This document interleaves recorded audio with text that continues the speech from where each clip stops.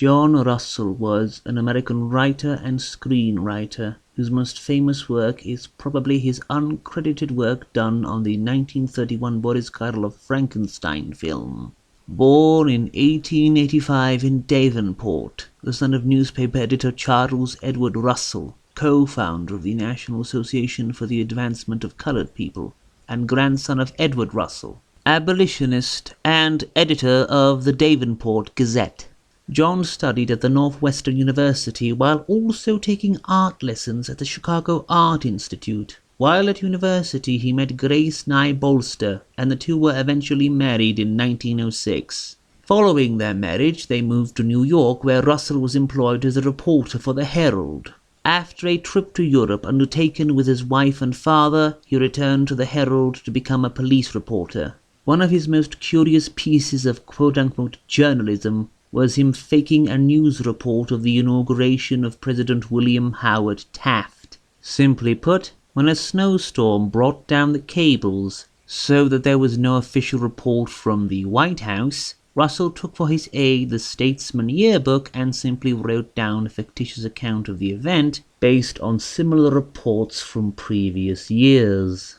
As a writer, he contributed to the magazines issued by Street and Smith, a pulp magazine and dime novel publisher established as far back as 1855. He was also supposedly contributing to the New Story magazine under a variety of pseudonyms. His big break came when he managed to sell a story to Collier's magazine.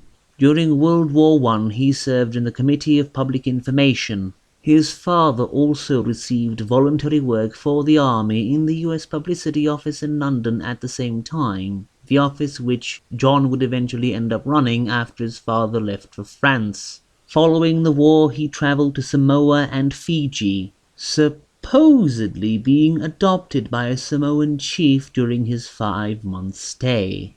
In the 1920s, Russell would write for the cinema, writing numerous silent films such as Bugest Day in 1926. His own short story, The Lost God, was the basis for the 1930 film The Sea God from Paramount, while The Pagan was the basis of a movie of the same name directed by Woodbridge Strong Van Dyke II, the director of Tarzan the Ape Man. Another film was based on one of his stories, the silent Where the Pavement Ends, which is now lost. Russell died at Santa Monica in 1956. Far Wandering Men is one of Russell's later books, coming out in 1929. It is a collection of adventure stories in the far-flung reaches of the globe. It is definitely more romantic in the classical sense, though there are some similarities to the short tales of Joseph Conrad. The Knife is the coming-of-age story of a cook's apprentice bullied relentlessly by the ship's cook, and how he has to learn to take care of himself upon being stranded on a deserted island. The Yellow Finger is the story of the only white man to have ever come through a certain dingy, forgotten street in Shanghai through which, by law of custom, no other white man had ever passed through and survived. Gunmetal is the tragic story of two ruined ne'er-do-wells who embark on a desperate search of a lost treasure on an island where the last party of treasure-seekers had knifed each other to death. A Son of the Handmaid is a moralistic fantasy of the coming of a religious man and son of a castaway gold digger to Samoa and of the sudden epidemic of drunkenness among the natives. The Primitive is the tale of the hatred of two men and former shipmates who end up stranded together after one drives the wife of the other to suicide. The Bright Reversion is the story of a trick a notorious Hawaiian rogue plays on his cousin so as to make her cease pining after him. Angel Face is the story of Angel Face, or rather of his earthly remains, he being the first person of the Coca Goldfields who was officially recognized to have died and gotten a burial, and the story of the gold he had scraped up and who wants to get a hold of it when he's no longer around.